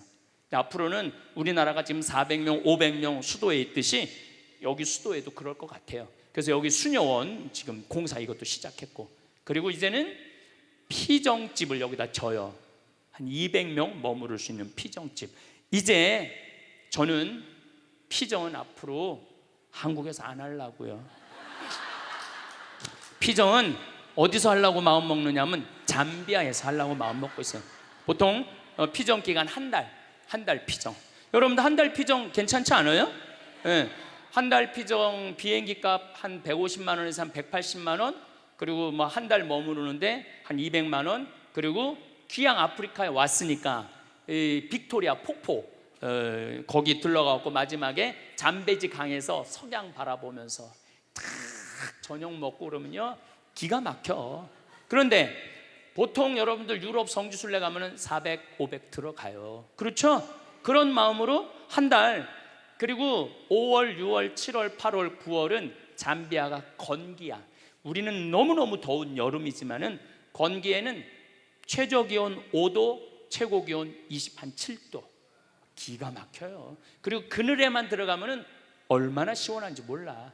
그래서 낮에는 좀 벽돌 공장에 가서 벽돌도 좀 찍고, 기와 공장에 가서 기와도 좀 찍고, 일도 좀 하고, 오후에는 내강의 하나 듣고, 밤에는 떼제 찬양기도 하고, 그리고 해주는 밥 한 달 동안 먹으면서 인생 한번 정리하는 것도 내가 보기에는 좋을 것 같아요.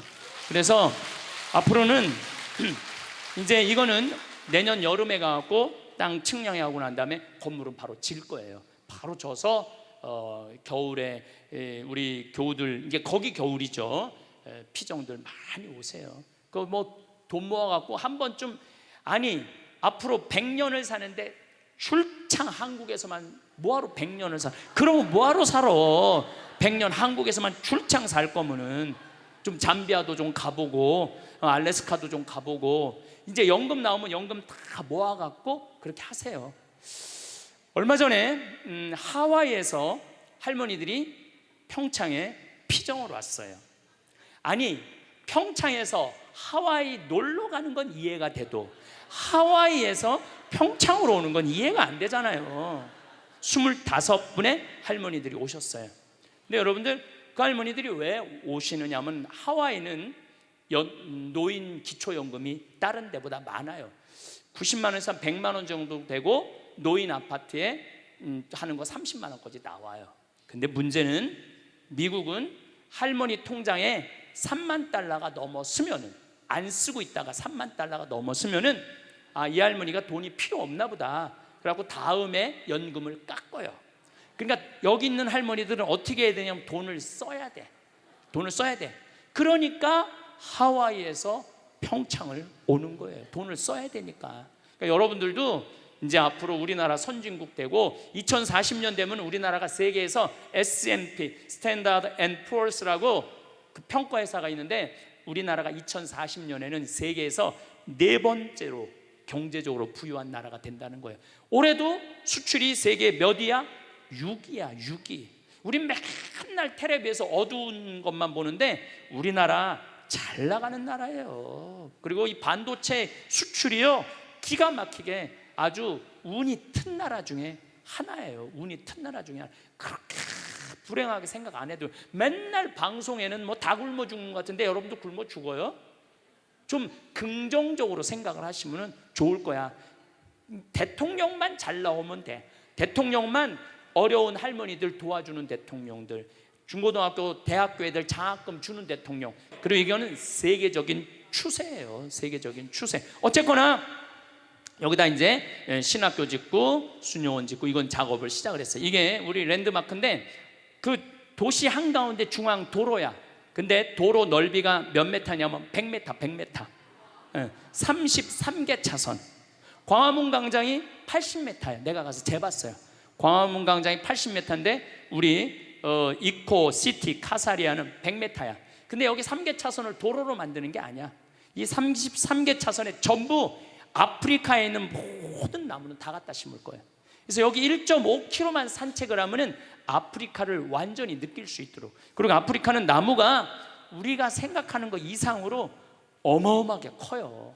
기가 막히고 아름다운 나무들이 너무너무 많아요. 그래서 여러분들 이제 피정 가면은 전부 다 분갈이하고 저 포토에다가 나무 씌놓고 이 일 끝도 없어.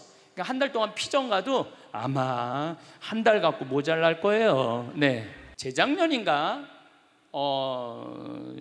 한 후원자가 나타났어요. 신부님, 내가 우리나라 경찰복 이렇게 국가에 납품하는 사람입니다. 근데 작년에 경찰복이 다 바뀌었잖아요. 바뀌었는데 자기네들이 납품하려고 해놓은 경찰복 4,000벌이 그냥 있는 거야. 그래갖고 그 베이지색 경찰복이 참 예쁘잖아요.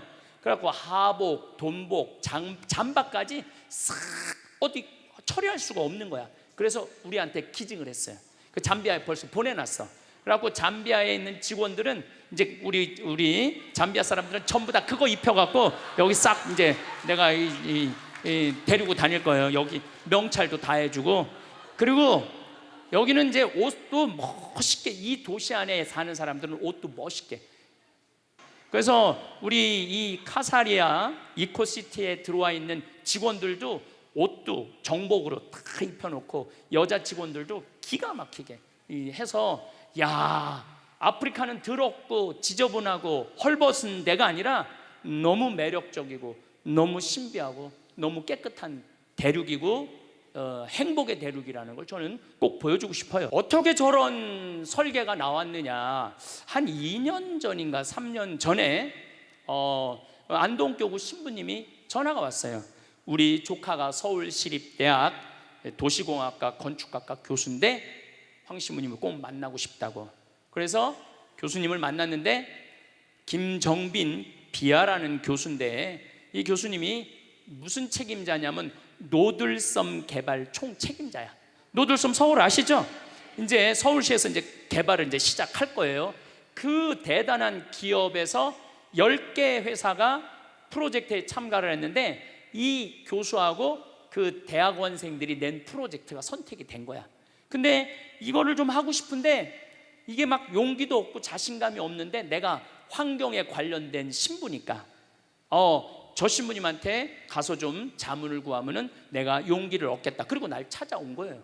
그래서 쭉 노들섬에 가보니까 여러분들 노들섬이 앞으로 개발되면은요 서울의 꽃이야.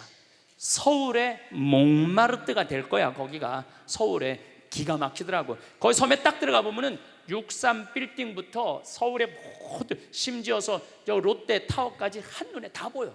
뭐 정말 좋더라고요. 근데 이제 그 교수님이 날 이렇게 찾아왔는데 내가 그 교수 이렇게 들어보니까 두바이 신도시를 설계를 했더라고요. 두바이 신도시를. 그래갖고 그 교수가 나를 찾은 게 아니라 하느님이 그 교수를 나한테 보내준 거야. 그래서 이 노들섬이 중요한 게 아니다. 지금 잠비아에 내가 카사리아에 노들섬은 4만 평이라는데 내가 1000만 평 개발을 하고 있다. 나를 좀 도와줘라. 그랬더니 이 교수님이 신부님 정말로 하느님께서 저를 신부님한테 보낸 것 같다고. 그래서 이 모든 거는 서울시립대학 도시공학과 김정빈 교수가 책임을 지고 진행을 하는 거예요. 그런데 그 밑에 김용계 건축가라고 있는데 이분은 한국 분이 아니에요. 캐나다 분이야. 근데 이분이 얼마나 유명한 분이냐 하면은 요한 바오로 2세 교황께서 캐나다에 방문을 했을 때 제대 설계를 담당하신 분이야. 캐나다가 거의 가톨릭 국가거든요. 그러니까 얼마나 쟁쟁한 건축가가 많겠어. 근데 이 김용계 건축가 이 선생님이 한 게 선정이 된 거야. 이 세계적인 건축가죠. 그래서 잠비아는 그냥 하는 게 아니라 정말로 세계적인 건축가들이 프로젝트를 참여하고 있는 거예요. 그래서 얼마나 내가 신바람이 나는지 몰라요. 이게 이제 우리가 받은 땅이야. 이 땅에 이번 여름에 이제 측량을 이제 건물을 지려면 측량을 해야 되잖아요. 측량을 이제 하려고 이제 생각을 했는데 우리 비아 교수가 1000만 평을 어떻게 측량해요? 그래서 잠비아 연락했대. 측량 기계 있냐고. 그러니까 자기네들은 그런 거 없대. 그 뭐가 있냐 그러니까 200m짜리 줄자 하나 있다는 거. 200m짜리 줄자. 우리 카사리아에 있는 땅 크기가 얼마냐면은 한쪽 면 길이가 10km야. 10km인데 줄자로 어떻게 해?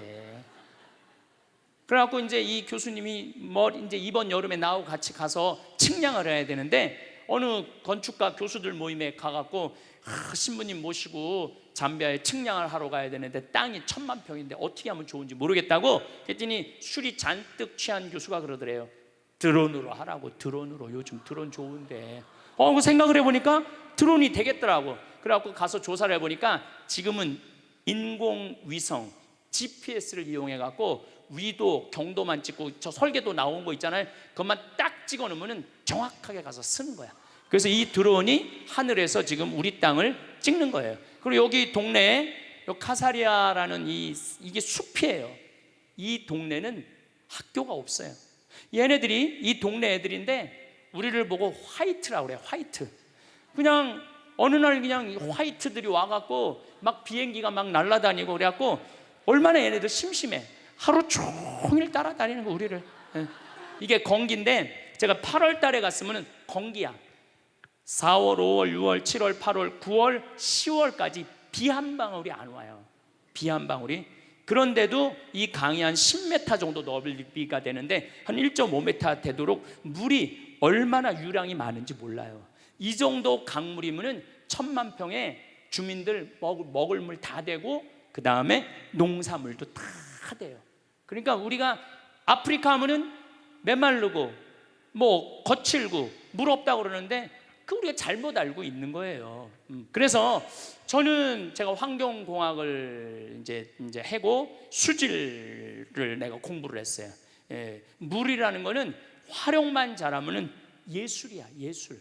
그래서 이 물을 저 한 10km까지 끌어올려서 온 도시에 수로를 다 해놓을 생각이에요. 수로를 다 해놓으면은 얼마든지 여기는 산모작이 가능해요. 그래서 뭐 야자, 뭐 모링가, 커피, 여기가 해발 1500m거든요. 뭐 커피 뭐 할 거 없이 기가 막히게 농사를 지을 수가 있어요. 그래서 여기 계신 분들 혹시 재수 없이 100살까지 사는 분들은 한국에서 살지 말고 잠비아에 가갖고 유럽이나 미국 사람들은 은퇴하고 2년 내지 3년 동안 잠비아나 아프리카에서 봉사활동하고 돌아가는 분들이 많아요. 내가 적어도 그 정도는 내가 이 사회, 이 세상에 하느님 나라를 위해서 시간을 내놓겠다고. 여기 계신 분들 아마 능력 있는 분들도 많을 거예요. 또 이 방송을 보는 분들도 능력 있는 분들이 많을 거예요. 그냥 한국에서 맨날 텔레비 보고 욕이나 하지 말고 이 기가 막힌 데 가갖고 멋지게 한번 살아보라는 거예요. 잠비아에 갖고 안타까운 게 뭐냐면은 이 기가 막힌 숲이 있는데 전부 그거를 잘라갖고 숯을 만드는 거. 숯. 그 숯으로 요리도 하고 추우니까 불도 떼는 거야. 너무너무 안타깝잖아요. 이 아프리카 잠비아의 이 나무만 잘 보존해도 관광 상품으로 해도 먹고 살만한데 이걸 다 불로 태우는 거야. 숯으로 만들어서. 우리나라 1960년대 석탄, 연탄 없었을 때 어떻게 했어요? 다 산에 가서 나무. 그래서 산이 뭐가 됐어? 민둥 벌거숭이 산이 됐잖아요. 그래서 요즘 욕들을 많이 하는데 박정희 대통령의 최고의 업적 중에 하나는 산림 녹화예요. 산림 녹화. 그래서 현신규 박사라고 서울대, 내가 이분을 너무너무 좋아해요. 탄생 140주년이에요. 벌써 돌아가셨죠. 우리 나라가 건강하려면, 나라가 부유하려면 뭐가 있어야 된다? 나무가 있어야 된다. 근데 이분들은 이 나무를 이렇게 잘라갖고 숲을 다 없애는 거야. 그래서 제가 잠비아에 가갖고 할 첫 사업은 숲을 보존하는 거야.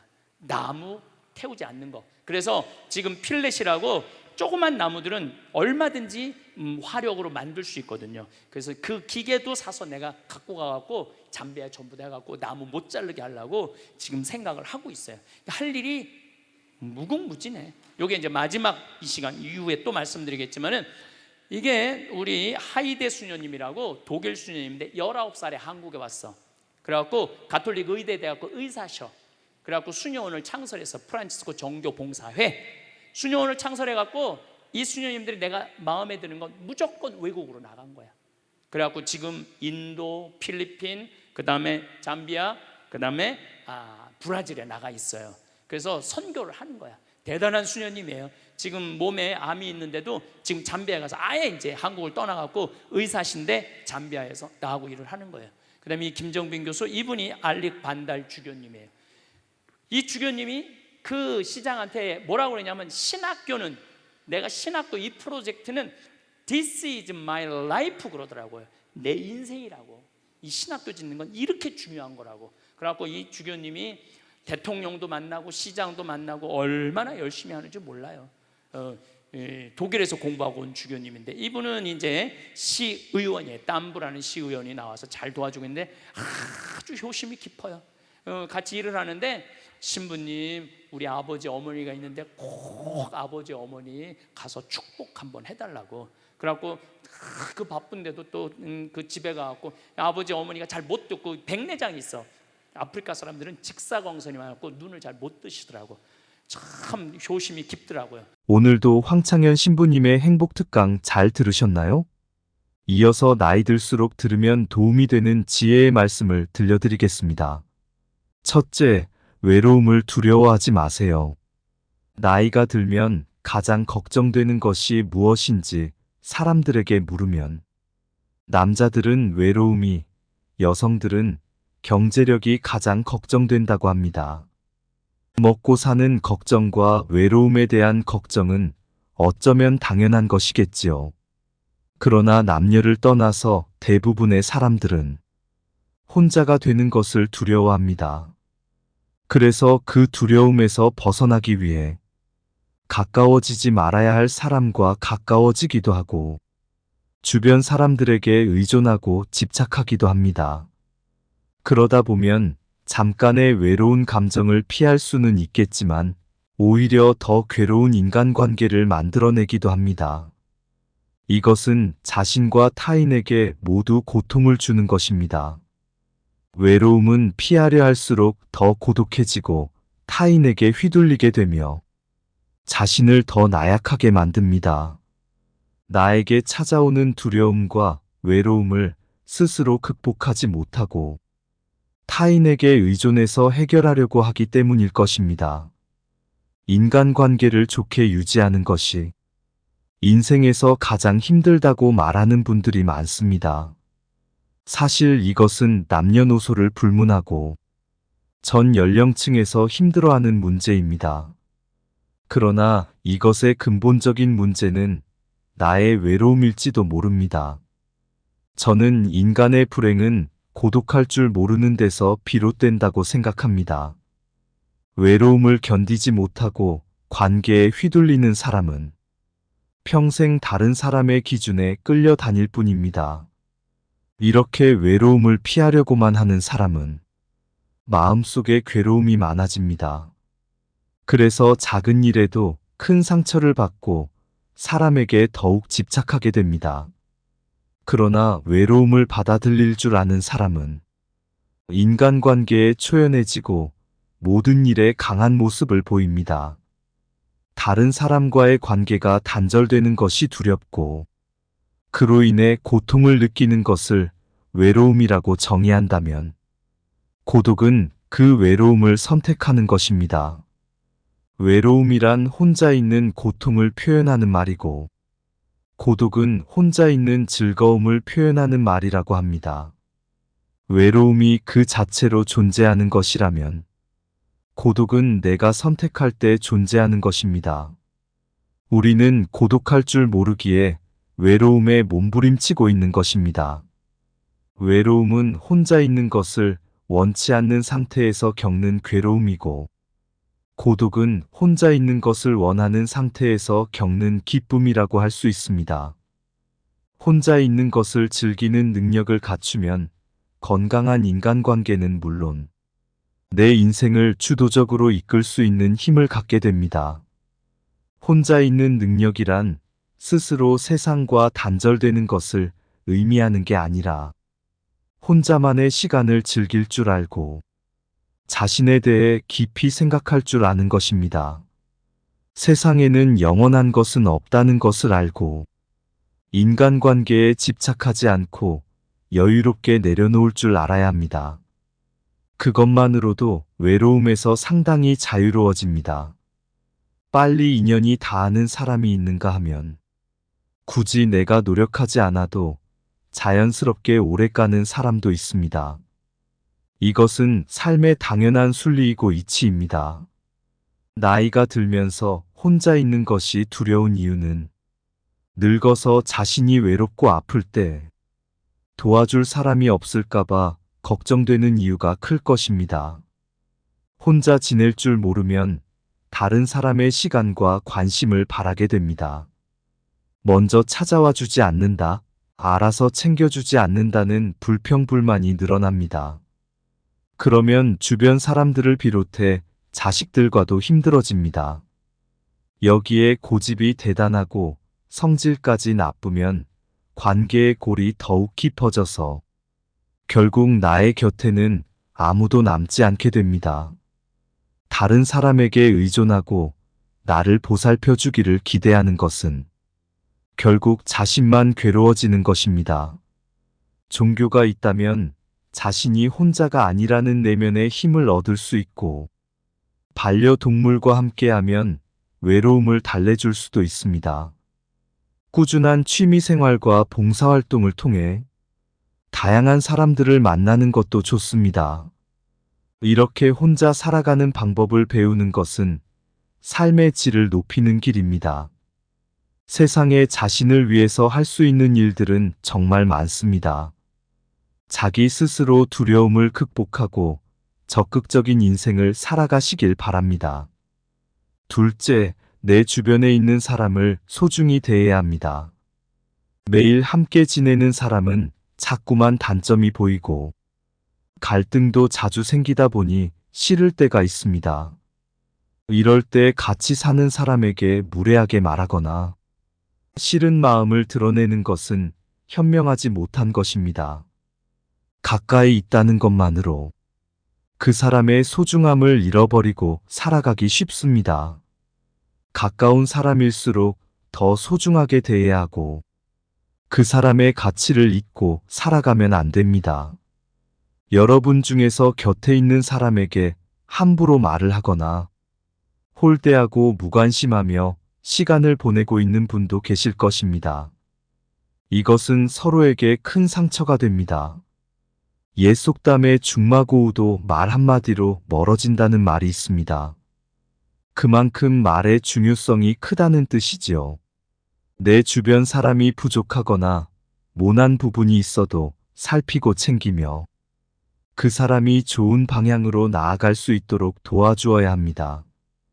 특히 사랑하는 사람에게 하지 말아야 할 말을 하는 실수를 저지르지 말고 예의 바르고 다정다감하게 말해보세요. 다른 사람과 비교하거나 자기 생각만 강요하는 것도 좋지 않습니다. 넓은 마음을 가지고 상대방을 존중하는 지혜는 상대방이 당신을 존경하게 만드는 이유가 됩니다. 그래야 소중한 사람을 잃지 않게 됩니다. 우리는 곁에 있는 사람이 소중한 사람이었다는 사실을 너무 늦게 깨닫곤 합니다. 곁에 있을 때 잘해주지 못하고 그 사람이 떠나고 나서 후회하는 것은 부모님이 돌아가신 다음에 후회하는 행동과 많이 닮아 있습니다. 배우자를 비롯해서 곁에 있는 사람의 소중함을 늘 생각하고 후회가 남지 않도록 잘하는 것이 좋습니다. 누군가 내 곁에서 힘이 되어주는 소중한 사람들이 분명히 있을 것입니다.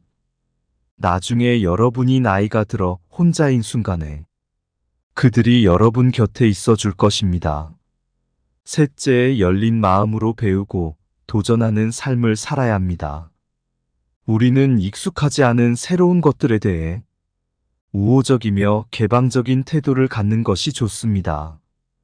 연구 결과에 따르면 우호적이고 개방적인 사람일수록 더 건강하고 행복하다고 합니다. 우호적이라는 것은 다른 사람들과 잘 지내려는 성향을 말합니다. 다른 사람을 배려하고 원만하게 지내려는 마음입니다. 개방적이라는 것은 새로운 것들에 열린 마음을 가지고 도전하는 것입니다. 개방성은 높은 상상력과 호기심이 있습니다. 원만한 관계 속에서 다양한 새로움을 경험하는 사람들이 더 행복하다는 것입니다. 새로운 취미를 찾거나 새로운 것에 도전하는 것은 인생에 활력을 주고 도움이 됩니다. 특히 호기심은 활력의 원천이며 내면의 힘을 기르는 기본적인 마음이라고 할 수 있습니다. 사람은 호기심을 잃는 순간 늙는다는 말이 있습니다.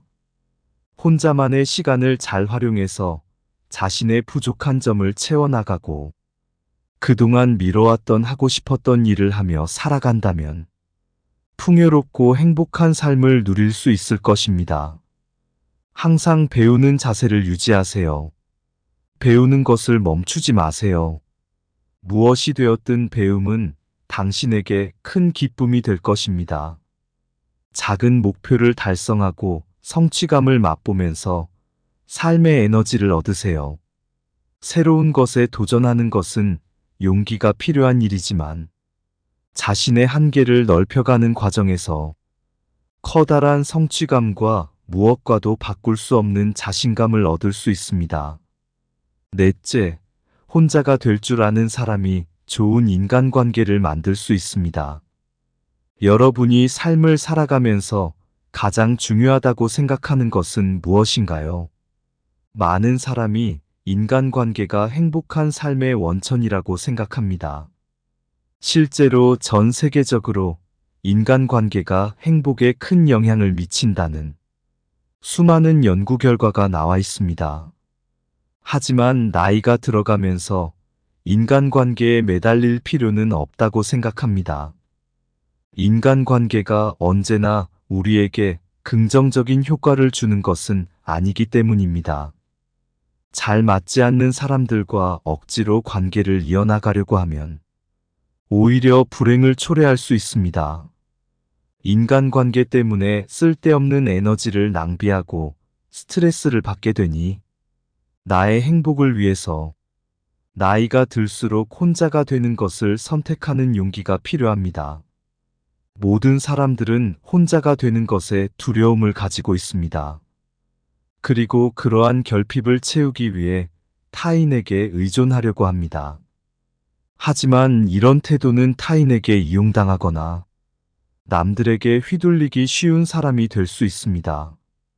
반면에 혼자서도 시간을 잘 보내는 사람은 현명하게 고독을 즐기며 시간을 잘 활용하고 자신의 부족한 부분을 스스로 채우려고 노력합니다. 좋은 인간관계를 맺는 것은 삶의 질을 높여주고 행복감을 주는 요소입니다. 하지만 좋은 인간관계를 맺기 위해서는 자신의 가치와 존중을 잃어버리면 안 됩니다. 단순하게 나이를 많이 먹었다고 성인이 아니라 진정한 성인이란 몸과 마음이 성숙하고 자유와 책임을 다하는 사람을 의미합니다. 성인으로서 자신의 두려움을 극복하고 자신의 삶을 스스로 키워나가면 행복한 삶을 누릴 수 있을 것입니다. 다섯째, 혼자가 될 줄 알아야 다른 사람을 이해할 수 있습니다. 스스로를 받아들일 수 있을 때 비로소 다른 사람을 수용할 수 있다고 합니다. 자기 자신을 이해하고 알아가는 시간을 꼭 가지세요. 누군가 당신에게 솔직하게 속마음을 얘기한다는 것은 그 사람이 당신을 그만큼 신뢰하고 있다는 증거입니다. 그렇게 할 수 있는 이유는 당신이 스스로를 받아들이는 성숙한 모습을 보여주었기 때문일 것입니다. 그 내면에서 나타나는 여유로움은 다른 사람의 감정에 깊이 공감하고 이해할 수 있는 이유입니다. 나를 신뢰하고 따르는 누군가가 있다는 사실만으로 당신은 인간관계에서 안정감을 느끼게 될 것입니다. 혼자가 될 줄 알아야 편안하고 행복할 수 있는 이유입니다. 자신과의 시간을 충분히 갖고 자신과 대화하며 해답을 찾아보세요.